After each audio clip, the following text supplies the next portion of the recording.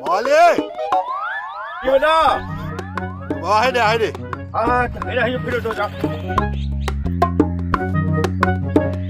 सेठ बिस्मिल्लाह बिस्मिल्लाह देख खबर है परी गड है जो सेठ साहब परी तुम्हारी पुट लगी पई आहे पर सेठ समझ में नथी अचे इश्क त माण्हू कंदा आहिनि अॼुकल्ह गॾनि विश्कण शुरू कयो आहे छा हाँ छोरा इहो छा चई नालो खई गॾ जो इशारो वरी मूंखे थो ॾे ऐं न बाबा इंसान खता जो घणा भुल चुक बि थींदी आहे कॾहिं कॾहिं हथ फिरी वियो बाक़ी मां तव्हांखे छा लाइ चवंदुसि आख़िर तव्हां बाबा घोबाटा हो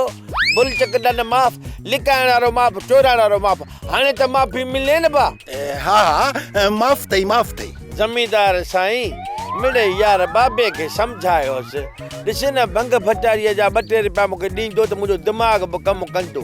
न हे त ॾिए ई नथो पोइ अणपीतीअ जा निशान भुल में हथ फिरियो थो वञे इन में मुंहिंजो ॾोह आहे ज़मींदार ॿुधा मवाली तू परवाह न कर बाबा ही कढां थो कर हे वठ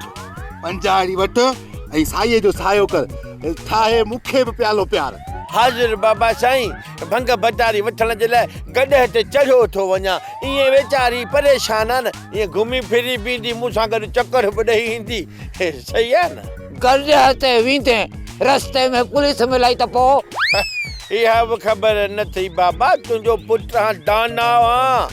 प्लास्टिक जी कारी थैली वठंदुसि भंग विझंदुसि उन में उहा वरी गॾह जे पुछ में ॿधंदुसि पोइ जे पुलिस पुछो बि न अरे हे छा आहे चवंदो साईं रोड ख़राब जी करे लिड लाहे इन जे करे हिन थैलीअ में लिकाई थमांसि जीअं गंदगी खां साफ़ बि रहे मुल्क साफ़ असां ख़ुशहाल सब्सक्राइब कयो असांजो ऑफिशियल YouTube चैनल सिन टीवी HD ड्रामा ऐं वधीक अपडेट लाइ बेल आइकन खे क्लिक करियो।